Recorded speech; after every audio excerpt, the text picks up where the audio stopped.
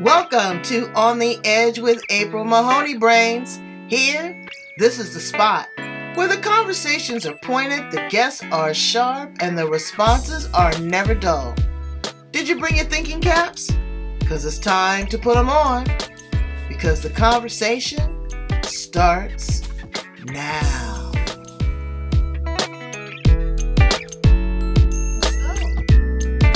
Welcome to On the Edge with April Mahoney Brains. We are here at the location, at the spot right here, where the conversations are pointed and the guests are sharp and the responses are never dull. And I'm going to do this without my glasses today. How about that? We've got Dapueto Cenandez with us, and she is calling us from Australia. I'm excited to have her. She is a very layered woman. She works in the holistic space. She really helps individuals get through some challenging times, uncovering some challenges that they may have had in their lives, some suppression, becoming better business people, becoming better mothers, becoming better human beings for the world. She works deeply in the intuitive counseling space with a lot of different holistic modalities, and I'm excited to have her here and to explain to us how she works different than anybody else on the planet. Let's welcome her to the edge. How are you, Catherine? That was such a lovely warm welcome. Thank you so much. I am great. It's summer in Melbourne, and yeah, I know. So depending on what part of the world you're listening this from, and also what time of the year it is for you. But here it's warm right now, Well, and it's pouring out here in San Diego, yeah, and I wondered. it is buckets of water, but we are so glad because we don't get a lot of rain. So Right, right. we appreciate it when it comes. I think being a Melbourne person, and if anybody is dialing in from Australia, you'll know that we get 4 seasons in a day. So for us to get a proper summer is a real blessing. So yeah, we look obviously quite different because you're dressed for the cool and I'm dressed for the warm. I know, and it is Yeah, chilly. It is so chilly here. So I'm going to sit back and really kind of get into this because um, I have the luxury of having a lot of wonderful guests on my show. A lot of them in the healing modality space, a lot from Australia. And I noticed that Australians are really deeply rooted in energy work and metaphysical, more earthy, yeah. grounded type of practices. Where did you find yourself and how did you find yourself in this space?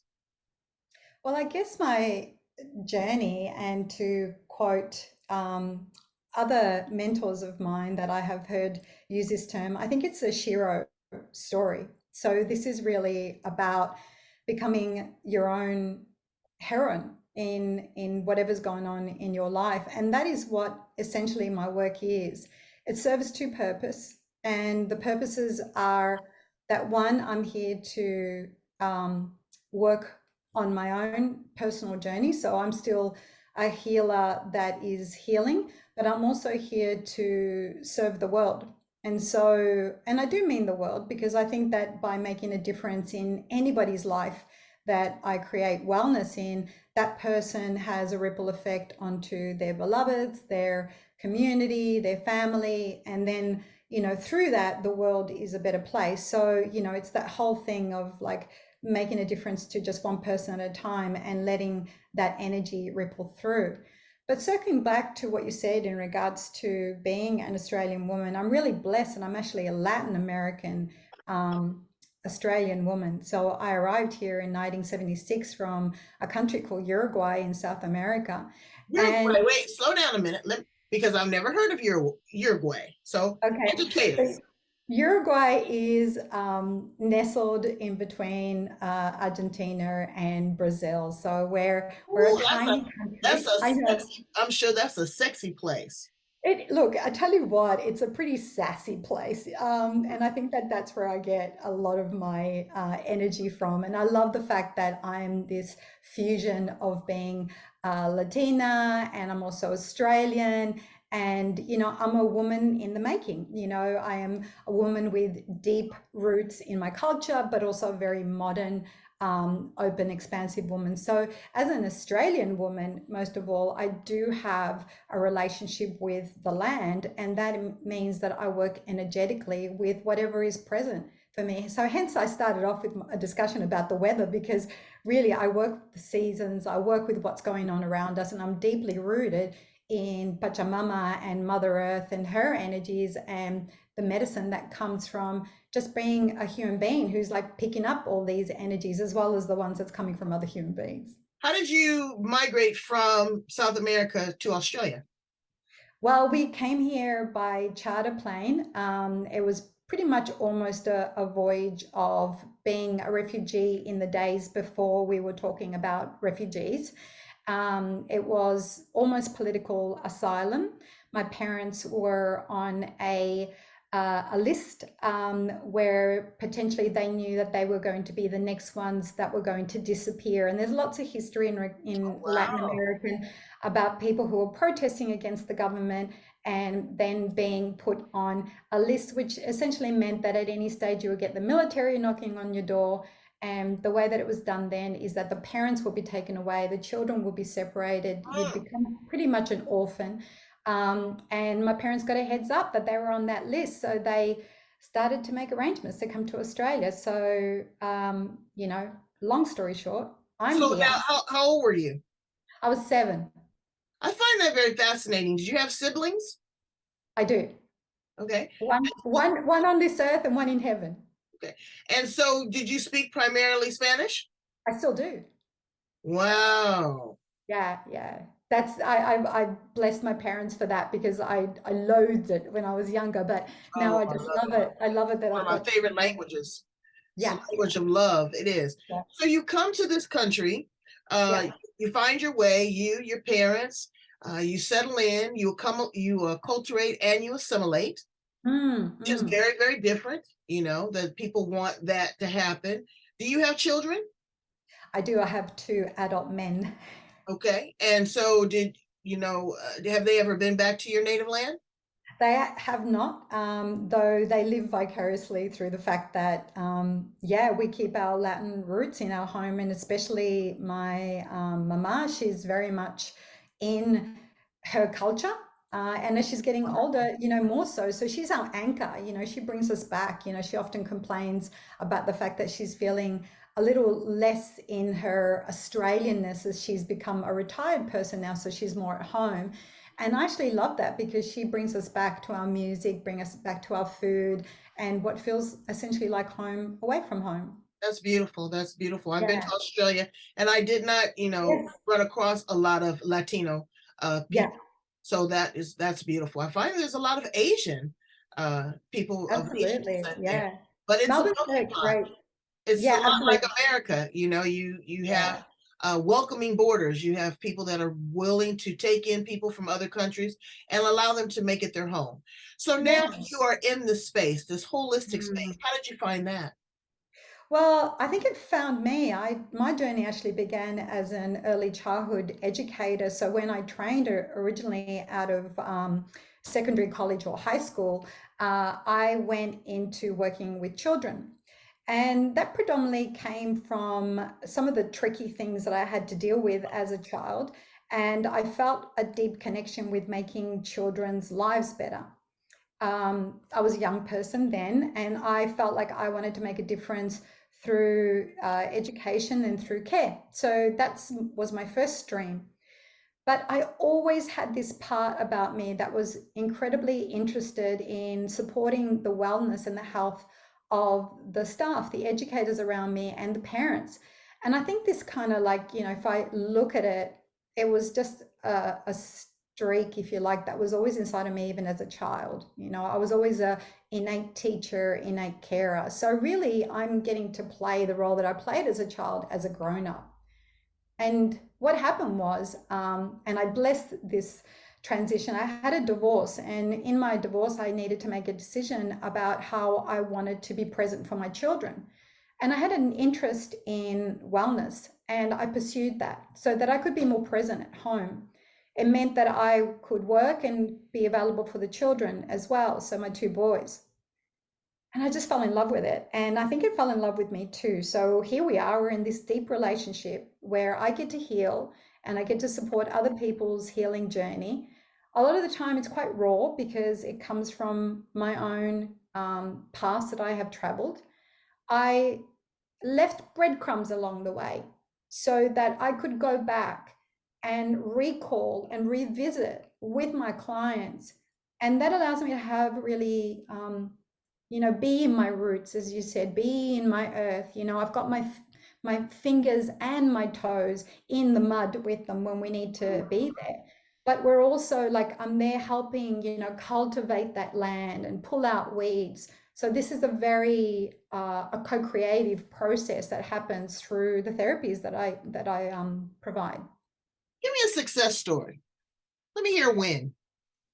I think most of the wins that I would like to honor are people that have said to me at the beginning of their sessions, I don't want to go into this topic. I don't want to talk about this at all. We can talk about anything else, but we will not go into those spaces. Me full well knowing that this was a space that actually, if you're saying to me, we're not going to go there, this is exactly where we need to go there. Right. So whilst I could give you one story, I believe that the courage that it takes to let another human being hold space for you so that you can travel there.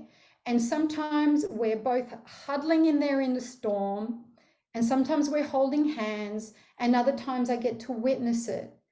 But at every single point, what I'm watching is people take responsibility for what they are going through. And so I think the success story is trusting your innate wisdom, even if that's going to lead you into the most shadowy parts of yourself that literally just need a light. Absolutely. Shining It's a rite of light. Yeah. passage. Isn't it not? Yeah, absolutely. It's when you get into that deep meditation, a guided meditation, and they ask for you to walk through that door. Yeah, And absolutely. and it's fearful because you don't know what to expect on the other side, but there is a revelation. And Mm, it could be something from your past. It could also be a great gift for your future. People don't talk about their future. They always kind of seem to get stuck in their past or talk mm. about their past. Now, I know that the past is definitely a clear indicator of what could happen in the future, but give us some encouragement as to what's going on in 2023. This is the age of Aquarius. This is Mm. 5G. This is the age of the woman. Where do you see us? And, in your enlightenment and your wisdom, where do you see us headed? I really see the expansion of humanity into creating more connections with one another in the ways that we did as as our elders did, as Right. we As did in Aztec the people, past. absolutely. Yeah, I think we're sort of like not that we've hit our max in terms of technology, because all of that will keep going on around us. We are in a way we're sort of like a little bit like just get your sail up and just allow yourself to go with that one. Don't fight it because technology has taken us into wonderful spaces. But we need to go back and really understand how to be the sailor, how to actually sail that vessel. So we're learning the ancient crafts again. We're going back into that wholeness. And we were touching on it when we were in lockdown. There was a lot of like going back to baking bread, making kombucha, getting back into the gardens, spending more time with our children, being at rest, being at stillness, allowing ourselves to be bored. So going full circle on what it's like to be human, or at least this is my deepest heart wish, is that we will claim our humanity again in a way that feels honorable, that feels like it's something that's been designed by us, instead of us thinking that that too is left for other people to decide. As a therapist, how do you keep yourself grounded? What do you do for self-care? Because you're taking on a lot. Mm. I I sort of kind of like walk in two paths. One of them is that I'm very aware of why I'm on this earth. I'm Mm, very aware of what consciousness.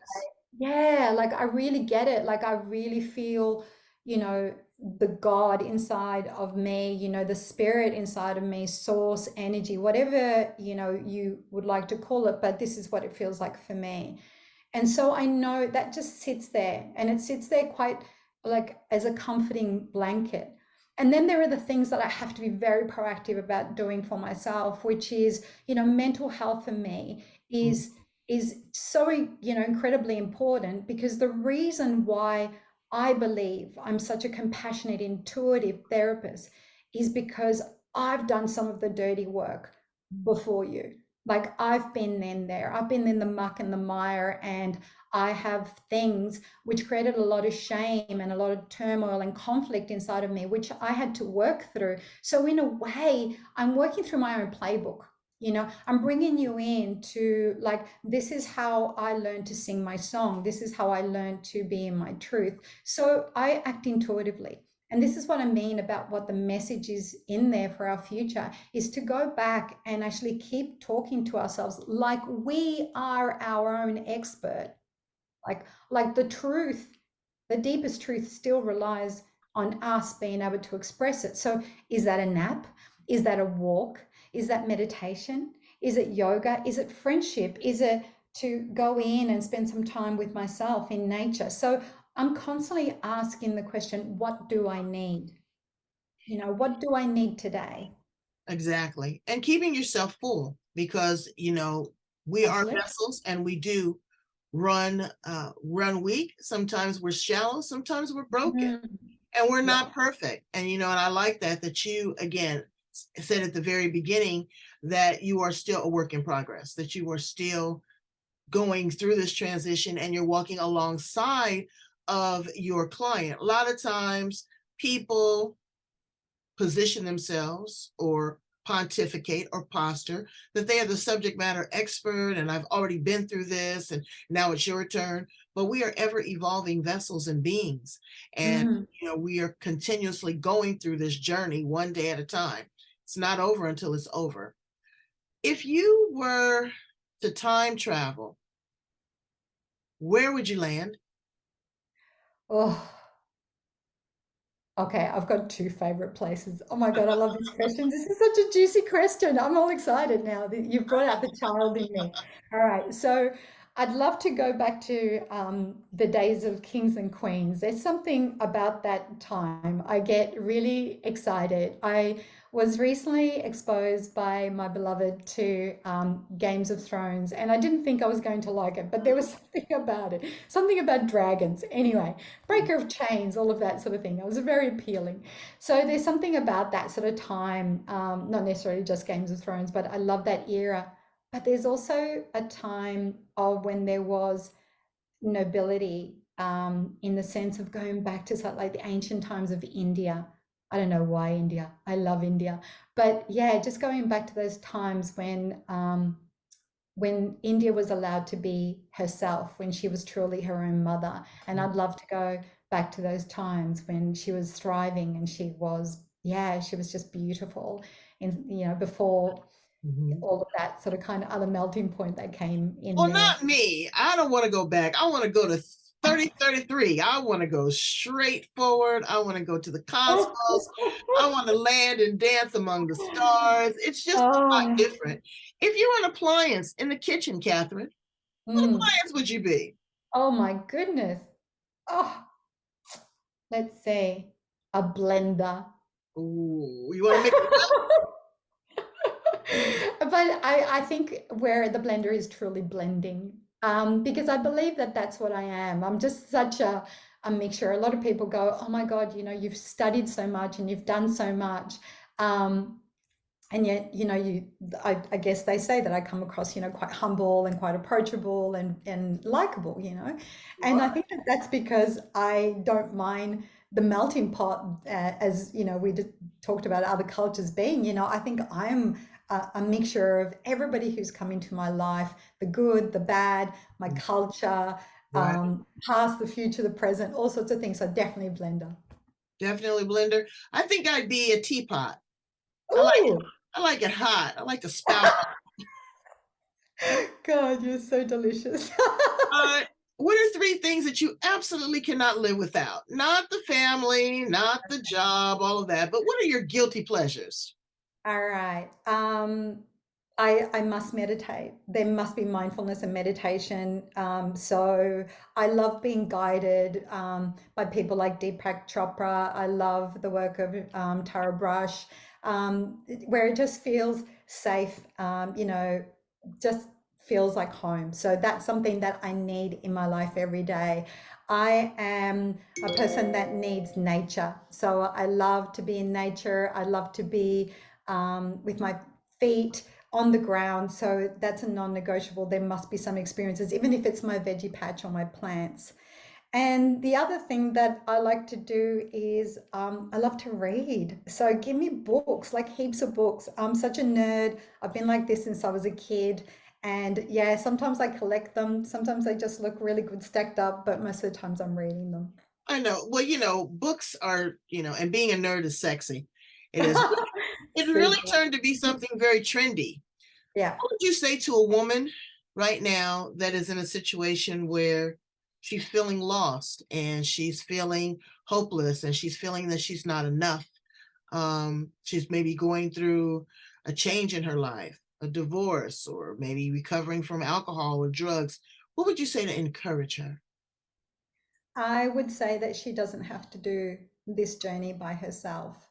And I think when I speak to that person, I'm also speaking to the me of the past that choose, or at least chose, to do a lot of this on her own. And I was always looking for someone like me.